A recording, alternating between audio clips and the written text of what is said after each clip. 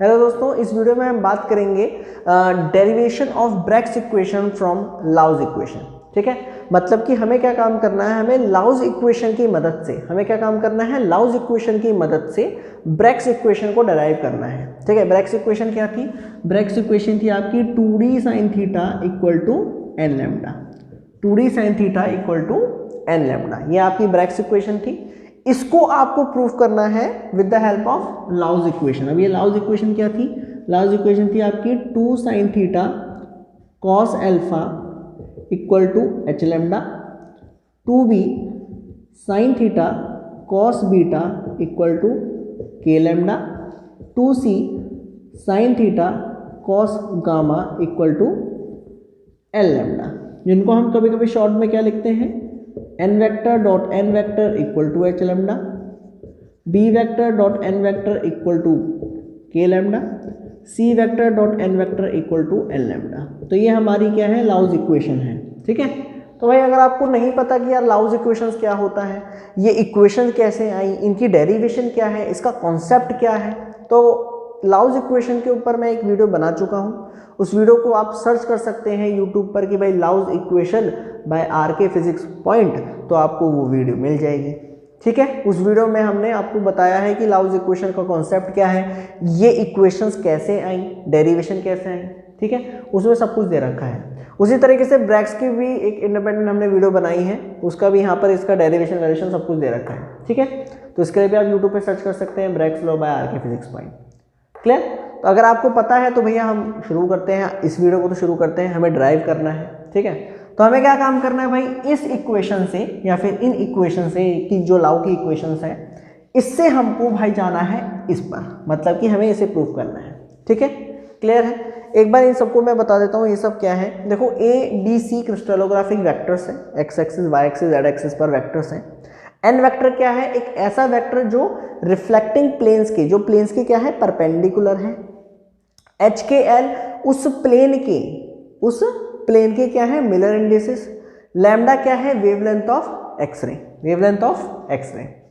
Theta यहाँ पर क्या है, थीटा है यहाँ पर हमारा, थीटा है भाई मेरे एंगल बिटवीन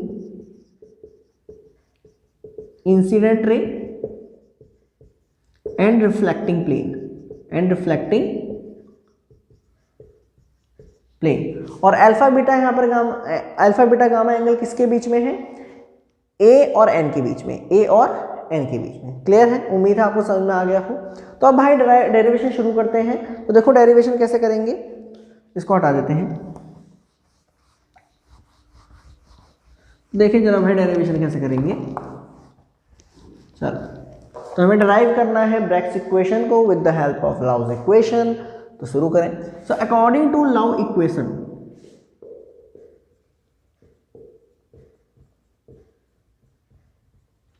आप लिख सकते हैं कि भाई 2 sin theta cos alpha equal होता है h लैम्डा की। उसी तरीके से आप ये भी लिख सकते हैं कि भाई 2b sin theta cos beta equal to k lambda. और फिर ये भी लिख सकते हैं 2c sin theta cos gamma equal to l lambda. ठीक है, अगर मैं यहाँ से cos alpha cos beta cos gamma की वैल्यू निकालो तो कोई गुनाह तो ना करूँगा। आप भी समझते हो कि भाई cos अल्फा की यहाँ से वैल्यू निकालेंगे तो क्या आएगी, h लैम्डा अपॉन में 2a sin थीटा। तो यही तो आएगी, h लैम्डा अपॉन में 2a sin थीटा। इसको मैं ऐसे भी तो लिख सकता हूँ, यहाँ से देखना, लैम्डा अपॉन में 2a sin थीटा या फिर 2 sin theta h by a। भाई लिख सकते हैं क्या ना लिख सकते, कोई गुनाह तो ना कर दिया मैंने। देख लो ध्यान से भैया, ये नीचे गया तो h के प्लेस में a रह गया और इनको ऐसे लिख दिया। ये हो गई, ये तो आपकी पूरी थी फर्स्ट इक्वेशन। ये हो गई आपकी सेकेंड इक्वेशन। ऐसे ही cos बीटा और cos गामा की वैल्यू निकालो। तो cos बीटा आ जाएगा हमारा लैम्डा अपॉन में 2 sin theta equal to k by b। ये आपकी थर्ड इक्वेशन। उसी तरीके से cos गामा निकाल लो भैया मेरे और बहनें भी जो देख रही हैं।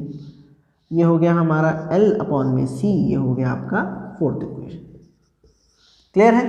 समझ में आया? कुछ नहीं करा भैया, इनको इधर उधर फेंका है और कुछ नहीं करा। यहाँ तक कोई डाउट है तो cos alpha cos beta cos gamma की वैल्यू आ गई। तो अगर आपने मिलर इंडिसेस पढ़ा हो और अगर आपने ये पढ़ा हो स्पेसिंग बिटवीन प्लेन्स, दो प्लेन्स के बीच में जो स्पेसिंग होती है that is d, that is d. देखो डी क्या होता है, डी होता है spacing between parallel planes, between parallel planes. अरे भाई बहुत सारे प्लेन हैं, ऐसे करके बहुत सारे प्लेन होते हैं ऐसे करके, ठीक है, ऐसे करके एक क्रिस्टल के अंदर क्या होता है, बहुत सारे प्लेन होते हैं ऐसे करके, तो उनके बीच में जो गैप होता है उसको हम क्या कहते हैं, डी कहते हैं, उसको हम क्या कहते हैं, डी कहते हैं। अगर मान लो ये सारे प्लेन जो हैं वो एच के एल के हैं, किसके हैं, एच के एल के हैं। भाई एक पैरेलल प्लेन्स की, बहुत सारे पैरेलल प्लेन्स को क्या कहते हैं, फैमिली ऑफ प्लेन, और उन सब का एक ही मिलर इंडिसेस होता है जिसको हम लिख देते हैं एच के एल। 100 तो 100 के बहुत सारे प्लेन्स होंगे, ऐसे हमने लिख दिया यहाँ पर एच के एल। तो ये जो डी है ये बेसिकली किसके बीच की स्पेसिंग है, स्पेसिंग बिटवीन पैरेलल प्लेन्स, और प्लेन्स हमने कौन से लिए हैं, एच के एल, कौन से लिए हैं, एच के एल। यहाँ तक क्लियर है। अब ये जो डी होता है ना, सुनना ध्यान से, ये जो डी होता है ये इक्वल आता है A/H cos अल्फा के। अब इसका प्रूफ भी है, ठीक है, इसका प्रूफ भी है, छोटा सा प्रूफ है, ध्यान से देखना, रफ में देखो, ध्यान से देखो। मान लो ये एक्स एक्सिस है, ये वाई एक्सिस है, ये जेड एक्सिस है, ठीक है, और यहाँ पर एक प्लेन है ऐसे करके, सुनना ध्यान से बिल्कुल कतई, ये ऐसे करके हमने क्या काम कर दिया, एक प्लेन ले लिया, ठीक है, ऐसे करके एक प्लेन ले लिया, ये जेड एक्स एक्सिस हो गई, ये वाई हो गई, ये जेड हो गई। फ्लोर पे देखो, वहाँ से एक पॉइंट लिया, यहाँ पर एक पॉइंट लिया, वहाँ पर एक पॉइंट लिया, सॉरी वहाँ पर एक पॉइंट लिया, तीनों को मिला दिया तो एक ट्रायंगुलर प्लेन बन गया। उस ओरिजिन से हमने उस प्लेन पे एक परपेंडिकुलर फेंक के मारा, मतलब कि इस ओरिजिन से हमने इस प्लेन पर एक परपेंडिकुलर फेंक के मारा एन। क्लियर है, ये वाली बात क्लियर हुई तो बताओ पहले, फिर आगे बढ़े, कुछ और काम हम करें कछु। सही है भाई। ओ एन क्या है, ओ एन क्या है, एक परपेंडिकुलर है, ये ए हो गया, ये बी हो गया, ये सी हो गया। हमने क्या काम करा, ए बी सी एक ट्रायंगुलर प्लेन पे एक परपेंडिकुलर डाला ओ से, ओरिजिन से, जो उसके पीछे था ओरिजिन, ऐसे करके परपेंडिकुलर डाल दिया, तो ये एंगल 90 डिग्री हो गया। और ओ ए कितना हुआ, देखो ये है एक प्लेन है, ट्रायंगुलर प्लेन है, और इसके इंटरसेप्ट क्या होंगे, एक्स एक्सिस पे इसका इंटरसेप्ट होगा A/H, भाई ए उसका इंटरसेप्ट H, उसका मेरेंडिस, तो A/H, वाई पर होगा B/K, और उस पर होगा L/C, सॉरी C/L, ठीक है। तो ये इसके हो गए इंटरसेप्ट। भाई इस प्लेन के इंटरसेप्ट तो होंगे ना, x axis, Y axis, Z axis पे कहीं ना कहीं तो इंटरसेप्ट तो पता है ना आपको, कहीं ना कहीं तो काटेगा, तो A/H, B/K, C/L के इंटरसेप्ट हो गए। यहाँ तक भी समझ में आता है। तो देखो जरा ध्यान से, और ओ एन क्या हो गया, डी। भाई दो प्लेन्स के बीच में जो परपेंडिकुलर होता है उसकी डिस्टेंस होती है डी, बेल बोले तो स्पेसिंग, क्या होती है, स्पेसिंग।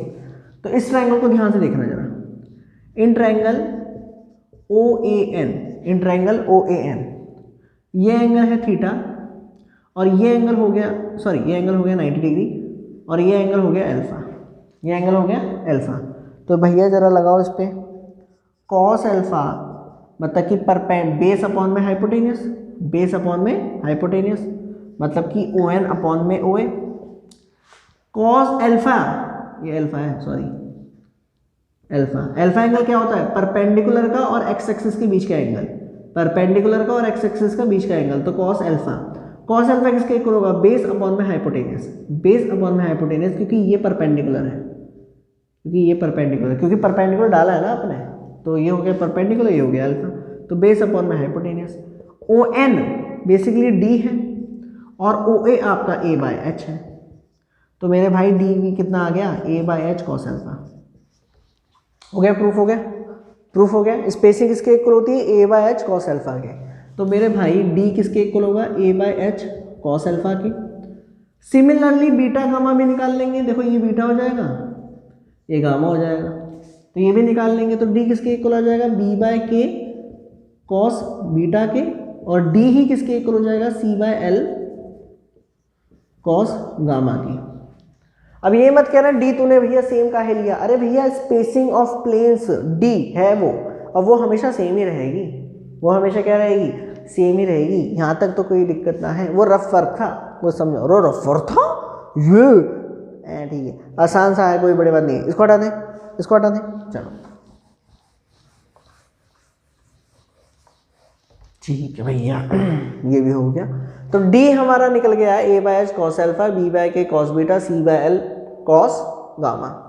ठीक है, यहाँ तक क्लियर है।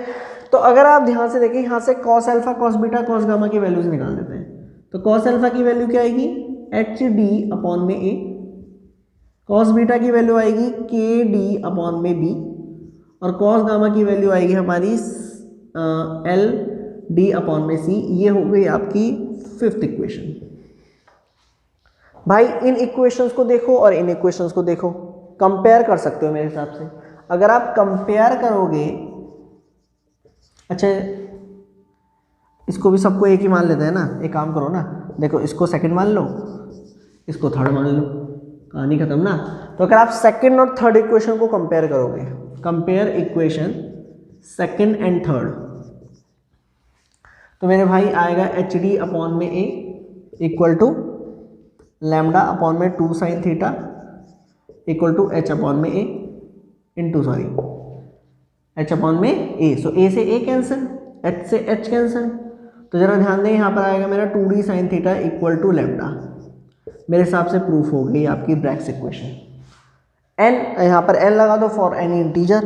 भाई 2d साइन थीटा बेसिकली इसको ऐसे लिख सकते हैं, 2d sine theta equal to n lambda.